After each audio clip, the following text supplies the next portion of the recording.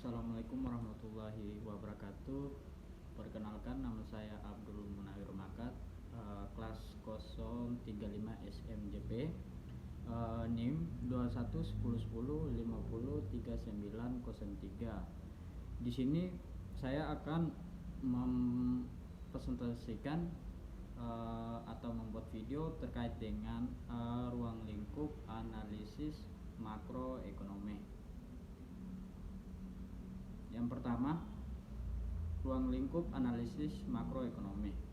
Ruang lingkup analisis makroekonomi yaitu terkait dengan mekanisme kerja ekonomi makro. Jadi ekonomi makro itu sering diterapkan dalam analisis target, mulai dari target kebijaksanaan, pertumbuhan ekonomi, tenaga kerja, inflasi, keseimbangan neraca pembayaran, dan masih banyak lagi.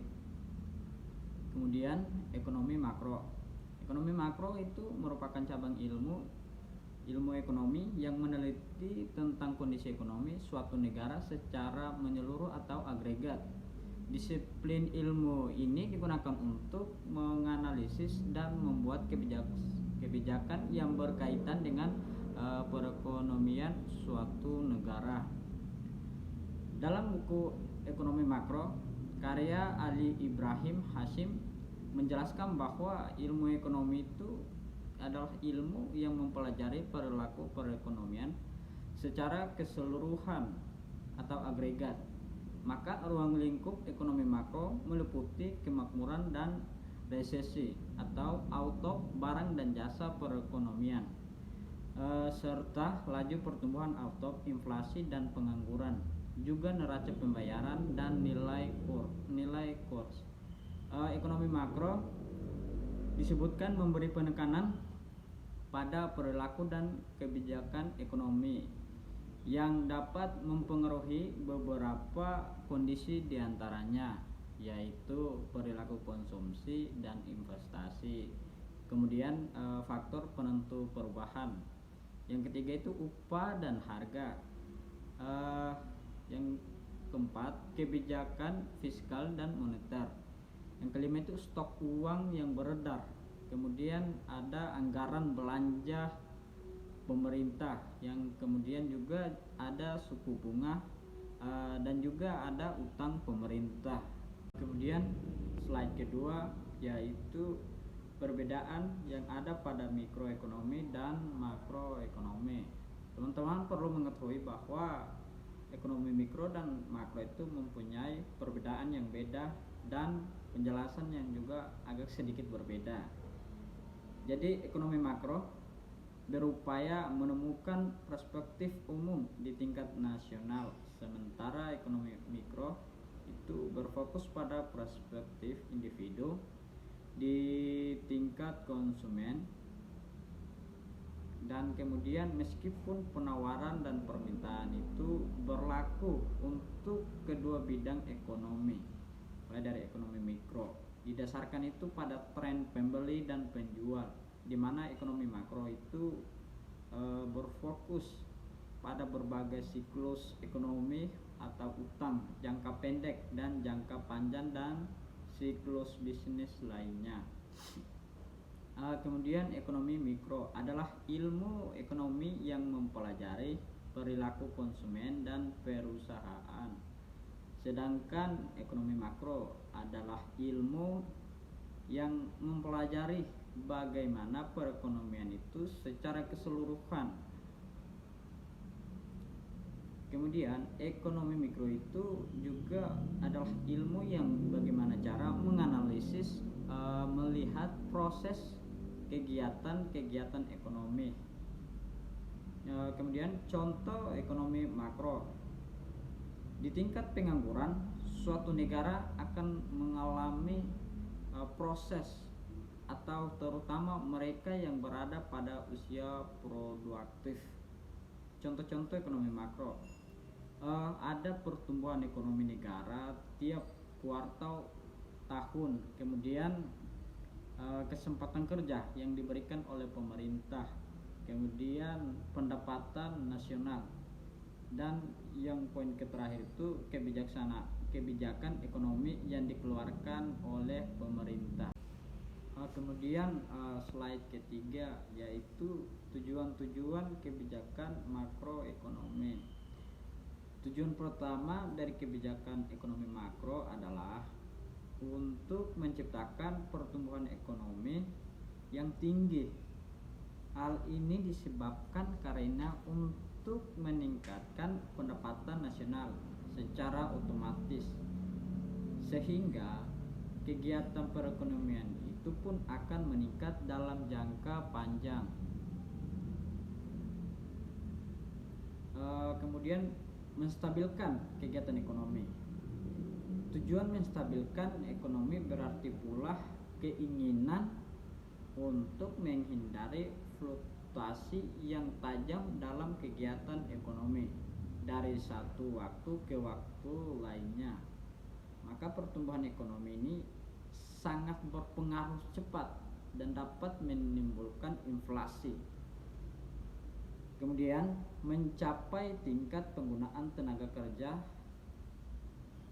dan pekerja, di mana penggunaan tenaga kerja penuh adalah penggunaan sumber daya manusia yang tersedia dan modal, sehingga perekonomian itu dapat memproduksi pada batas produk nasional atau bruto potensial, atau disebut dengan potensial gross national product.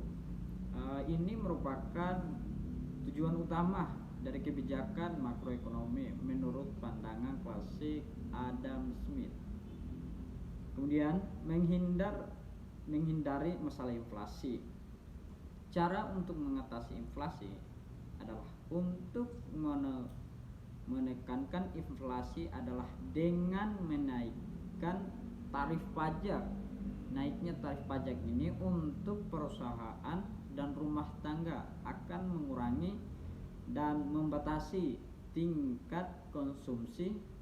Pengurangan tingkat konsumsi tersebut dan akan berpengaruh itu terhadap menurunnya harga suatu barang. Kemudian meningkatkan perubahan ekonomi. Meningkatkan perubahan ekonomi adalah peningkatan kegiatan ekonomi masyarakat yang menyebabkan peningkatan jumlah produksi barang dan jasa di suatu negara pada periode tertentu. Kemudian mencapai keseimbangan neraca pembayaran internasional. Neraca pembayaran internasional atau disebut dengan balance of payments adalah suatu catatan sistematis tentang seluruh transaksi ekonomi penduduk suatu negara dengan lainnya pada periode waktu tertentu, biasanya 1 kali per tahun. Kemudian slide keempat. Slide keempat itu menjelaskan tentang masalah utama dalam perekonomian. Masalah makroekonomi yang selalu dihadapi suatu negara. Dalam ekonomi makro terdapat 3 permasalahan pokok yang dibahas, yaitu inflasi, pertumbuhan, kemudian output, dan pengangguran. Masalah yang sering dihadapi oleh pemerintah dalam bidang ekonomi yaitu pengangguran, kemiskinan, harga, kemudian pendapatan, inflasi, utang, ekonomi politik, dan masalah ekonomi lainnya. Kemudian masalah pertumbuhan ekonomi. Masalah pertumbuhan ekonomi adalah proses perubahan kondisi perekonomian suatu negara secara berkesinambungan menuju keadaan yang lebih baik selama periode tertentu. Kemudian pertumbuhan ekonomi dapat diartikan juga sebagai proses kenaikan kapasitas produksi suatu perekonomian yang diwujudkan dalam bentuk kenaikan pendapatan nasional. Kemudian masalah ketidakstabilan kegiatan ekonomi. Kondisi perekonomian di mana uang yang beredar tidak sesuai dengan jumlah barang atau jasa yang ada di masyarakat, sehingga nilai tukar uang itu bisa naik turun secara drastis. Kemudian masalah pengangguran, maka teman-teman perlu mengetahui bahwa masalah pengangguran itu merupakan salah satu masalah makroekonomi yang menjadi penghambat pembangunan daerah karena akan menimbulkan banyak masalah sosial lainnya. Menurut Yunuar 2009, pengangguran adalah keadaan di mana angkatan kerja yang ingin memperoleh pekerja tapi belum mendapatkannya.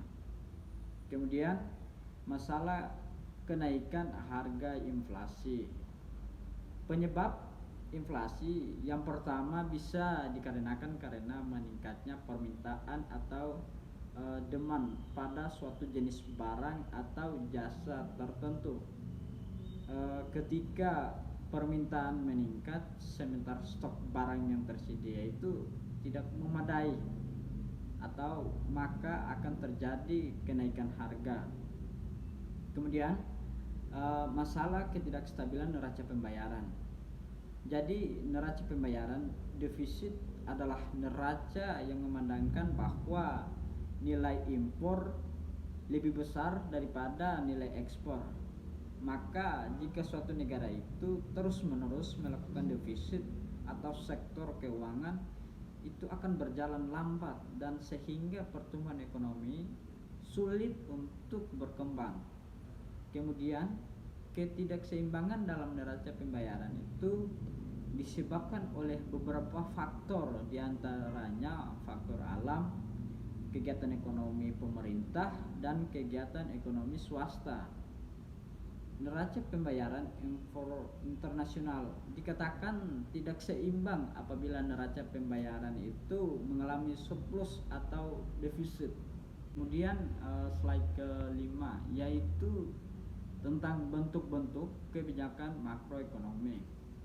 Adapun terkait masalah yang ada pada pemerintah memiliki langkah-langkah untuk mengatasi permasalahan tersebut dengan menggunakan beberapa kebijakan, yaitu kebijakan fiskal, kebijakan moneter, dan kebijakan segi penawaran. Saya akan menjelaskan tentang kebijakan fiskal. Kebijakan fiskal merupakan kebijakan ekonomi yang berkaitan dengan penerimaan pemerintah. Dalam bentuk penerimaan ini adalah pajak yang bersih yang diperoleh dari sektor rumah tangga. Maka pajak ini digunakan untuk pemerintah membiayai pengeluaran yang disebabkan oleh kegiatan pemerintah. Kemudian kebijakan moneter. Kebijakan moneter adalah sebuah kebijakan yang dikeluarkan oleh bank sentral, yaitu dalam bentuk pengangguran persediaan untuk mencapai tujuan-tujuan tertentu. Maka tujuan utama dari kebijakan moneter adalah bagaimana cara mencegah terjadinya peningkatan uang yang beredar secara berlebihan atau sangat kurang. Kemudian kebijakan penawaran. Penawaran adalah langkah-langkah pemerintah yang bertujuan untuk mempengaruhi penawaran agregat. Dalam uraian berikut ini diterapkan bagaimana kebijakan penawaran digunakan untuk mengatasi masalah stagflasi dan pengangguran. Kemudian slide ke-6 itu tentang ruang lingkup ekonomi makro. Penerapan kebijakan ekonomi makro memiliki 3 ruang lingkup utama. Yang pertama itu penentuan tingkat kegiatan perekonomian suatu negara, di mana berperan sebagai penentu kegiatan perekonomian negara karena ekonomi makro ini memiliki peran secara luas dan lengkap.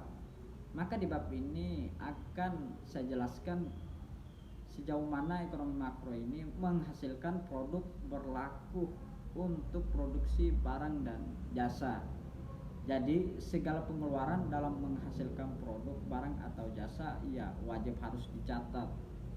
Kemudian pertanyaannya adalah, bentuk hasil produk ada pengeluaran konsumsi rumah tangga, kemudian pengeluaran perusahaan, kemudian pengeluaran pemerintah, atau jika ada investasi ekspor dan impor juga perlu dilakukan untuk pencatatan agar lebih jelas dan memudahkan dalam bentuk kebijakan ataupun analisis.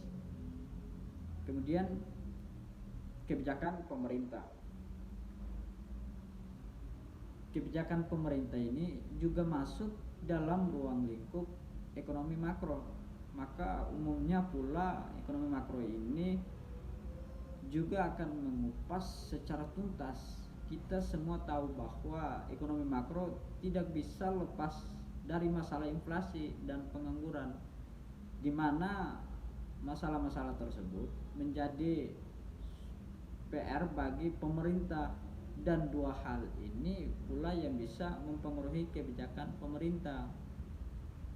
Salah satu contohnya adalah saat terjadi moneter di masa itu, maka pemerintah itu berusaha untuk membuat kebijakan moneter, di mana kebijakan moneter ini dilakukan untuk berupaya mengurangi jumlah peredaran uang di masyarakat. Kemudian pemerintah juga mengeluarkan kebijakan fiskal yang merupakan upaya pemerintah mengubah struktural dan jumlah pajak.